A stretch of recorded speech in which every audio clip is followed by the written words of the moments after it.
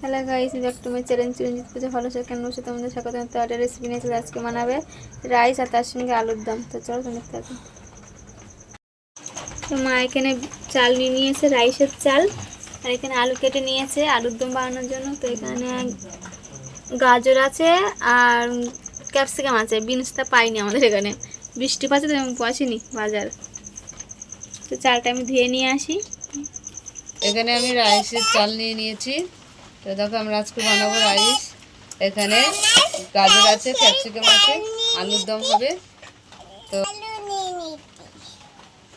এখানে আমি রাইসের চাল ধুয়ে নিয়েছি, আমি ধুইনি, আমার বৌমা ধুয়েছে। আর এখানে জলটা গরম হয়ে গেছে, দেবো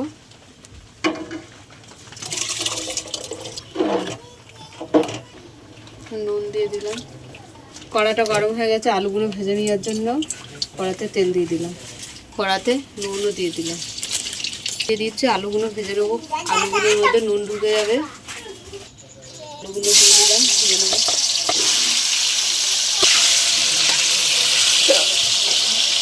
তো আমাদের ভাতটা হয়ে গেছে, আলুটা ভাজা হয়ে গেছে, তুলে নিলাম। তো এখানে গাজর আর ক্যাপসিকামটা ভেজে নেবো।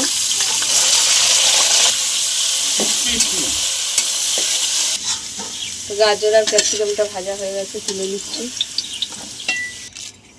এখানে শুকনো লঙ্কা দিয়ে দিলাম। তো এখানে লবঙ্গ, 4টে এলাচ, দারচিনি দিয়ে দিলাম। কাজু কিশমিশটা দেবো না।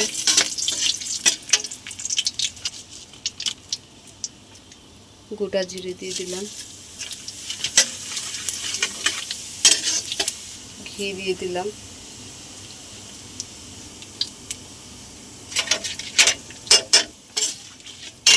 রাইসটা আমি দিয়ে দিলাম।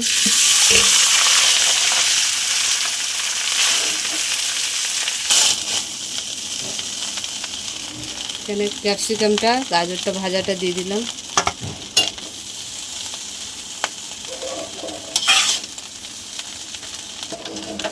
তো আমাদের রাইসটা হয়ে গেছে, পাক করে দিলাম। কড়া গরম হয়ে গেছে, তেল দিয়ে দিলাম, ঘি দিয়ে দিলাম, 2টো লঙ্কা দিয়ে দিলাম,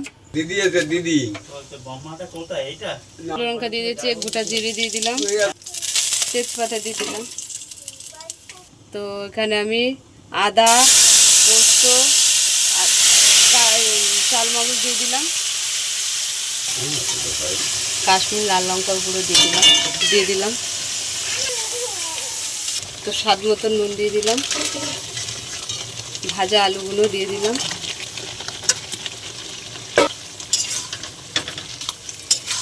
জল দিয়ে দিলাম,